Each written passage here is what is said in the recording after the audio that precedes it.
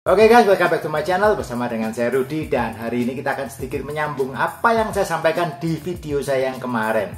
Saya bosan membuat video mengenai bagaimana tips kalau kita jadi orang yang kecil, kita harus ber-JJ, kita harus ketemu dengan lawan yang lebih besar, apa yang harus kita lakukan. Ternyata banyak juga yang menanyakan sisi sebaliknya. Kalau saya jadi orang yang besar, badan saya besar, apa yang harus saya lakukan saat saya berlatih Brazilian Jiu-Jitsu? Oke guys, saya orang yang kecil. Sekali lagi saya katakan, saya cuma punya tinggi 165 dengan berat 61-62 kilo. Saya ini paling kecil di kelas, tetapi saya banyak bertemu dengan orang-orang yang jauh lebih besar dari saya. Murid-murid saya rata-rata lebih besar badannya dari saya. Dan saya banyak memberikan saran kepada mereka yang punya badan lebih besar untuk mereka bisa berlatih lebih baik. Apa yang saya sampaikan? Check this out.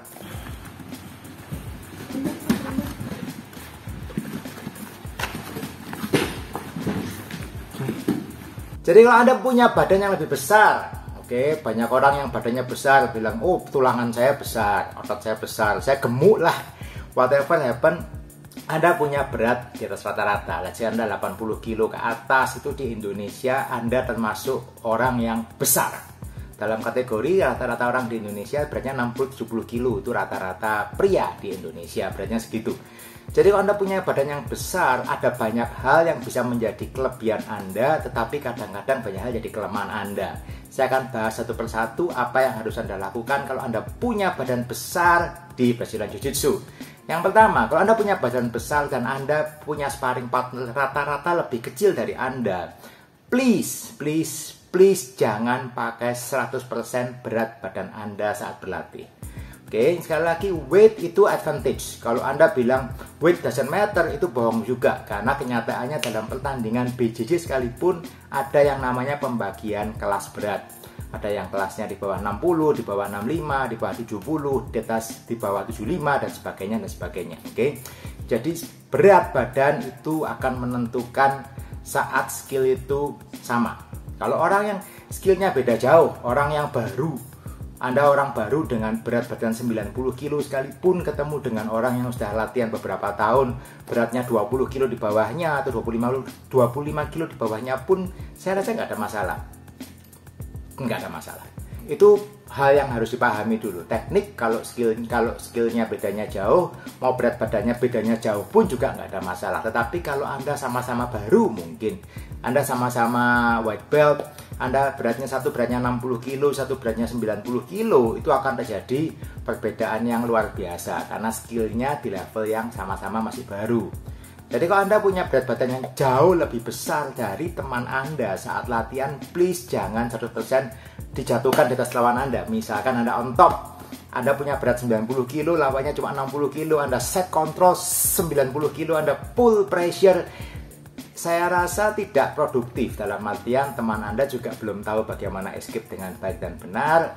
Yang pertama, yang kedua ya you get nothing. Dengan lawan Anda tidak bergerak juga Anda tidak punya banyak hal yang bisa Anda pelajari saat Anda rolling.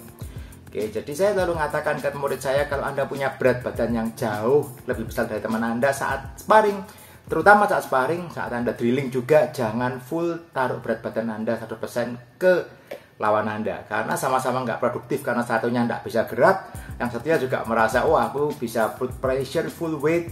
It works, yes it works, tetapi kalau suatu saat Anda ketemu orang yang lebih besar lagi dari Anda, itu nggak bekerja. Yang Anda lakukan cuma menimpa dengan berat badan itu, tiba-tiba tidak bekerja. Tiba-tiba orang lebih besar dari Anda itu bisa bolak-balik Anda dengan gampangnya. Oke,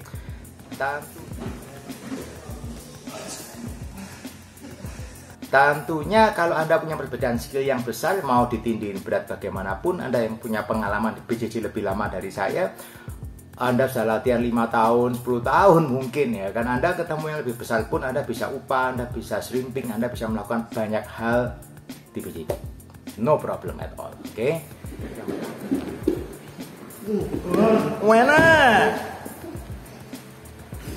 Yang pertama, please jangan taruh 100% berat badan di atas teman latihan Anda. Persoalan kedua, orang yang biasanya punya berat badan lebih besar, biasanya lebih sedikit bergerak. Nah, ini plus dan minus. Plusnya kayaknya, oke, I put weight aku mau timpa berat badan saya dengan berat badan lawan saya punya keunggulan, yes. Tetapi persoalannya adalah Anda tidak banyak bergerak, Anda juga tidak punya banyak kesempatan untuk Anda melakukan repositioning ataupun melakukan submission atau hal-hal lainnya. Oke, karena Anda merasa bahwa saya timpa aja udah cukup, kadang-kadang membuat Anda tanda kutip malas untuk bergerak. Nah, ini juga terjadi persoalan saat Anda ada di posisi bottom. Let's say Anda di bottom. Banyak orang yang jauh lebih besar saat Anda di bawah, lawan Anda lebih kecil di top. Yang harusnya kita belajar adalah bagaimana kita move away. Kita belajar BJJ, kita bukan mendorong atau kita berusaha untuk eksplosif, lawan saya dorong, oke, saya escape. Bisa nggak? Bisa. Selama lawan Anda lebih kecil dari Anda. Saya 90 kilo, lawannya 60 kilo. Saya dapat set kontrol, saya bisa upah, saya lempar lawan saya. Yes, that's very possible. Tetapi kalau sebaliknya yang terjadi, Anda ada di bawah, oke, dan lawan Anda 60 kilo, lawannya lebih besar dari Anda tidak bisa melakukan itu. Anda harus melakukan escape dengan baik dan benar. Anda harus melakukan upah, Anda harus melakukan shrimping, Anda harus melakukan framing, dan banyak hal lainnya. Demikian juga dengan Anda yang badannya jauh lebih besar. Ini seringkali terjadi di murid-murid saya, punya berat badan yang besar, muscle-nya besar. Saat Anda di posisi bottom, yang Anda lakukan, Anda bukan melakukan upah, shrimping, escape, atau framing. Yang Anda lakukan, Anda menggunakan power, mungkin Anda menggunakan kelebihan dari size, Anda lempar, Anda dorong. It works selama lawan Anda lebih kecil. Tetapi Anda harus belajar bahwa di BJJ kita selalu mempunyai mindset bahwa suatu saat saya akan ketemu lawan yang lebih kuat dari saya, yang lebih besar dari saya, dan saya harus menggunakan teknik. Saya harus escape dengan technical. Saya tidak bisa, serta-merta saya escape, pokoknya orang mount, saya lempar, boom. Yes, kalau Anda lebih besar. Sekalinya Anda mungkin Anda pergi ke Bali, Anda ketemu bule yang mereka beratnya let's say 90 kilo ke atas, itu normal, rata-rata buat mereka, let's say. Ya Anda bakal habis di sana nanti pastinya. Anda ketemu yang jauh lebih gede dari Anda mau lempar, gimana caranya? Wong mereka lebih besar. Oke, ada saatnya bahwa yang namanya strength itu tidak bisa Anda pakai. Anda harus menggunakan teknik. Di situ nanti akan timbul sedikit persoalan. Anda harus belajar untuk move, Anda belajar untuk stream, Anda belajar untuk upah, Anda belajar untuk framing, Anda melakukan escape dengan technical. Oke, itu persoalan yang bisa timbul, tapi bisa diatasi nggak? Bisa. Caranya bagaimana? Jangan pakai kelebihan size Anda itu, tapi Anda belajar menggunakan teknik dengan lebih baik. Yang ketiga, Anda juga harus belajar menggunakan berat badan Anda dengan baik dan benar. Banyak teman-teman yang badannya besar merasa bahwa kalau saya berat badannya besar, size saya besar, itu berarti saya melakukan slow games, ya kan? Itu mindset yang timbul. Kalau badannya kecil, saya harus melakukan fast pace game. Kalau badan saya besar, saya harus melakukan slow game. No, definitely no. Nggak ada yang namanya kalau kecil itu fast game, kalau besar itu slow game. Itu nggak ada. Semua yang bisa dibesarin jujitsu, cepat atau lambat, fast pace, kapan harus cepat, kapan harus lambat, itu semua ada waktunya, guys. Jadi kalau Anda misalkan Anda punya badan yang besar, Anda lihat banyak pemain-pemain dengan berat badan besar, itu lincahnya luar biasa di BJJ. Kok bisa? Ya jawabannya adalah sekali lagi mereka belajar menggunakan teknik. Kedua, mereka belajar menggunakan timing. Mereka menggunakan timing, kapan mereka harus cepat, kapan mereka harus lambat. Itu akan berbeda. Dan tentunya memang kalau Anda mempunyai badan yang lebih besar, itu akan memakan oksigen di dalam tubuh lebih besar. Yes, sama kalau Anda punya mesin yang lebih besar, otomatis mesin Anda itu akan sedikit lebih boros daripada mesin yang sisinya lebih kecil. Yes, it is. Tetapi semua itu akan kembali lagi ke latihan Anda masing-masing. Kalau Anda terlatih, Anda biasa melakukan gerakan-gerakan dengan timing yang bagus, dengan speed yang cukup, Anda biasa melakukan movement-movement yang teknikal, itu nggak ada masalah. Banyak orang ngomong kalau badan saya besar, saya nggak bisa berimbulu. Bohong. Banyak orang besar yang ngambilnya berimbulu. Banyak orang yang mengatakan, wah kalau badan saya besar, saya nggak bisa melakukan passing yang cepat, saya harus melakukan pressure passing. Siapa bilang? Banyak orang besar yang tetap lincahnya luar biasa. Kok bisa? Ya karena mereka terbiasa melakukan hal-hal itu selama mereka latihan.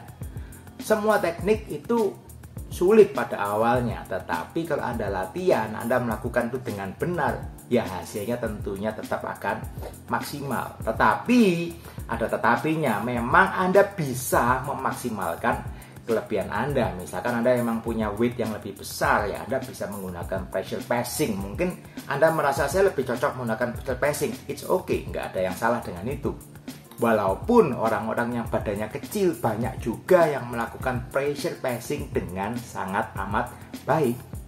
Oke, nggak semua orang yang badannya kecil tuh main fast pass, passingnya harus cepat, semuanya harus cepat semua. Enggak juga, banyak melakukan slow game juga kenyataannya. Walaupun buat badannya kecil mungkin melakukan fast game itu sedikit lebih ringan buat mereka. Tetapi sekali lagi nggak ada yang namanya stereotype bahwa kalau badannya besar harus slow game, kalau badannya kecil itu fast game. No, semua bisa melakukan, tergantung pada saat Anda latihan, Anda melakukan nggak teknik-teknik tersebut. Kalau Anda drilling dengan baik, Anda latihan dengan baik, punya mindset, punya game plan yang jelas, ya tentunya semua game itu bisa Anda lakukan dengan baik. Dan sebelum saya melanjutkan ke pembicaraan berikutnya, yang saya perhatikan dari statistik di video-video saya, kurang lebih 50% dari yang menonton video-video saya belum subscribe di channel saya. Please bantu untuk like, please bantu untuk subscribe di channel saya supaya channel ini bisa lebih berkembang, lebih baik lagi, dan saya bisa menyampaikan video-video yang lebih bermanfaat untuk kita semua, guys. Terus kemudian yang terakhir, please be more careful. Please be more careful. Kenapa? Karena kalau Anda punya badan yang lebih besar, oke, Anda punya badan yang lebih besar, kita ngomong sama-sama bermain. Anda melakukan wrong move, oke, wrong move dalam artian, let's say, Anda melakukan take down. Anda melakukan take down. Seseorang yang beratnya 60 kilo men-take down orang yang beratnya 90 kilo. Dengan sebaliknya, orang yang beratnya 90 kilo men-take down orang yang beratnya 60 kilo. Kalau Anda melakukan kesalahan pada saat take down, misalkan full bodinya landing di atas badannya lawan, brak, yang kemungkinan cedera itu kalau yang 90 kilo take down orang yang beratnya 60 kilo. Oke, tentunya kita nggak mau jadi partner latihan yang mencederai lawan, kan? Lawan latihan maksudnya, bukan lawan sih, sorry, teman latihan. Jadi kalau Anda punya badan yang lebih besar, please be a little bit more careful. Be a little bit more careful, itu aja sebetulnya. Kalau Anda bisa mindful, Anda punya mindset, oh saya ini teman latihan, ini saya bukan lawan, saya teman berlatih. Jadi saya mau berlatih dengan lebih berhati-hati. Please be more careful. Oke, banyak kasus kejadian cedera itu karena lawan yang lebih besar mengambil teknik ke teman latihan yang lebih kecil, dan mungkin sengaja atau nggak sengaja kita nggak tahu, bisa juga kemungkinan besarnya nggak sengaja, tetapi kalau itu wrong move bisa terjadi cedera. Juga sama kalau Anda yang punya badan lebih besar, ya kan, terutama kalau laki-laki. Kalau Anda laki-laki, Anda sparring dengan wanita, biasanya wanita badannya lebih kecil dari laki-laki. Please do the same. Please be more careful. Oke. Be more careful. Lawan Anda ini kalau lebih kecil, punya tulang lebih kecil, punya massa otot lebih kecil, oke, lebih rawan terjadi cedera pada teman latihan yang badannya lebih kecil. Jadi kalau Anda punya badan besar, please be more careful, be mindful dengan apa yang Anda lakukan. Jangan pokoknya tabrak, pokoknya wah wis gak karu-karuan, ya kan. Nggak karu-karuan, ya akhirnya bisa terjadi cedera. Kalau Anda lawan teman Anda cedera, ya Anda nggak punya teman latihan, atau mungkin orang-orang nanti takut latihan dengan Anda nggak punya teman sparring. Akhirnya BJJ Anda juga jadi lebih lambat, lebih susah untuk berkembang. Itu aja saya rasa yang perlu diperhatikan untuk teman-teman yang punya size lebih besar daripada teman-teman latihan yang lain. Oke guys, hope it helps untuk Anda yang punya badan ekstra besar, yang lebih besar daripada teman-teman Anda rata-rata di tempat Anda latihan masing-masing. Oke, keep on training and hope to see you all on the mat. Us.